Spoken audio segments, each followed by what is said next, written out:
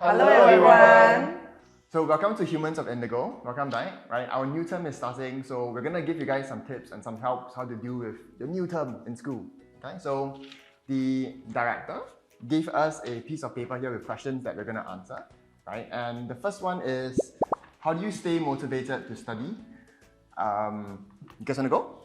Up to you. I think to stay motivated to study, the students will have to first ensure that they have inner drive installed in themselves. Yeah, and this drive is very important because without it, the students will not be able to, stay motivated. And even if they are motivated, it cannot be sustained. Yeah, maybe they should really know why you are studying this and how is it going to help you in future, so that you understand the rationale behind what you are doing. Maybe also plan ahead for the secondary school students, maybe where you're targeting to go JC or polytechnics. So what are the scores that are required? Or for the JC student, what uni courses are you looking forward to, or what jobs you want to do in future, so you plan ahead. So maybe that will keep you motivated because you have a goal in mind, then you will work towards it. From my point of view, right, I think depending on the subject I'm going to study, no offense Stella, I hated econs. I hated it. I did it because I had no choice, right? I need to get the A, right? So working towards that A, working towards, like what Lincoln said, working towards how I really need that A to apply to a course that I want, be it, whether it's dentistry, medicine, or whatever course you want to go into, yeah, that's my drive, right? Now, for subject that I love chem, I love physics, I love math, I'm like a science person, yeah. I use passion to drive me, right? So once you have that passion, right, then I promise you would definitely study harder. It is way easier to study a subject that you love than to study a subject that you hate. So that was it for my JC life. Definitely. Yeah. Passion is something that you have to start with first, because without passion, you will never be able to excel in what you're doing. Definitely. Right. Yeah. What's the next one? So very important in the year of 2023 or in this like 21st gen, how do you cope with high levels of stress? I mean, if you have no stress, you won't have that problem, right? That's true. So don't overstress yourself. I feel set realistic goals, set realistic targets. If you are you don't say by next test I must have an A. It's like a 2.4 run. If you are running constantly at 12 minutes, you don't aim for 9 minutes. That's not possible. So take small steps and small goals. Don't overstress yourself. That's very important. I think pacing the revision Oh yeah. right, is very, very important. Okay, if you're consistent and you pace your revision, I do not think there's a need for last minute rush. Right. That's also like consistency. Yes, that's Don't right. leave everything to the last minute. Yes, correct. I think it requires a lot of discipline, and motivation to stay consistent. That's. Maybe you can find something that you can de-stress that you like to do. Maybe you finish one chapter, you watch your favorite Korean dramas, or you play your favorite sports, you go out with your So friends. you reward yourself, It's a you balance, see? Yeah, you reward yourself. You look forward to something that you enjoy doing, after putting in that hard work. I think what Stella said really has a point. Don't last minute.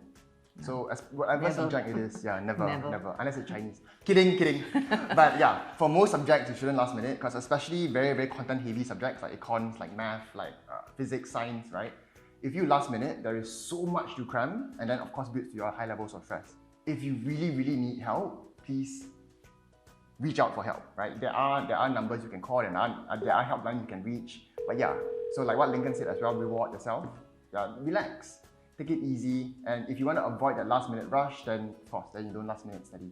What are some study methods you have?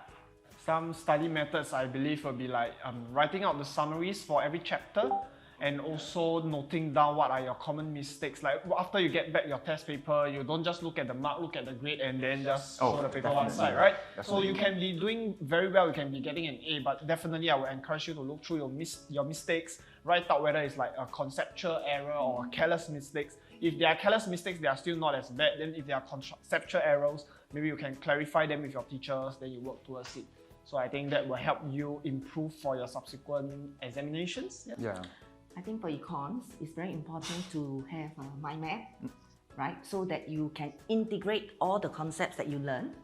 Yes, because micro econs is always connected in some way or another to macro.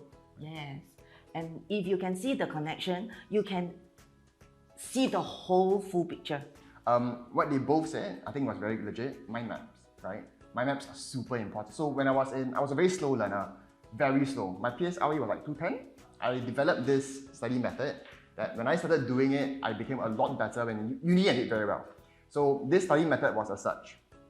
Whatever tutorials, whatever lectures that I had, within the next 24 hours of learning it, I'll make sure I revise at least once. So it's legit. If you don't believe me, you can Google Ebbinghaus forgetting curve. It should be right here. See, you can see that in this curve, right? Within the next 24 hours, if you revise, like how much memory you retain goes back up to like 100%. If you don't, then within the next 24 hours, you forget like a good 10%. It is quite significant. So you can imagine if you study like 1 week before your exam, you're gone. You remember absolutely nothing what your teacher said in class. And yeah, then you will end up memorizing and not understanding. We definitely see a similarity, right? Yeah. Right, in study methods. Whatever subject it is. Regardless of the subject that you are doing. For Yeah. sure. Do you have any advice for students going back to school? I believe a lot in relationships. Get to know your new classmates, your new friends, build strong relationships and trust between them. You all work together hand in hand. Keep in contact even after you all graduate. For the secondary fours, some may be going to poly, some may be going to JC. You won't know when you cross path again, and networking is also something that is quite important. I think adopting the right mindset, to start school and to study well, is very important, right? Because I guess, if you're positive about anything that you're doing, the outcome will definitely be much better than if you drag your feet and say, oh no, definitely. School is starting again, For sure. Right, yeah. Pace yourself, don't burn out. You have 1 year, right? You have a full year. When I start school always fresh for like the first day in term 1, I would be like super hyped, right? I would study like damn hard. And then towards the end, I burn out quite bad. So, pace yourselves. It's a full year, right? So enjoy the process. Definitely enjoy the process. Thank you everyone for being here with us and watching this video. I hope you all enjoyed it. I wish you all a very successful 2023. And Happy New Year, guys. Bye-bye. Bye. What do we say? Happy New Year? What do we say? Happy New Year? Happy New Year, right? And a Happy New Year. Oh my god.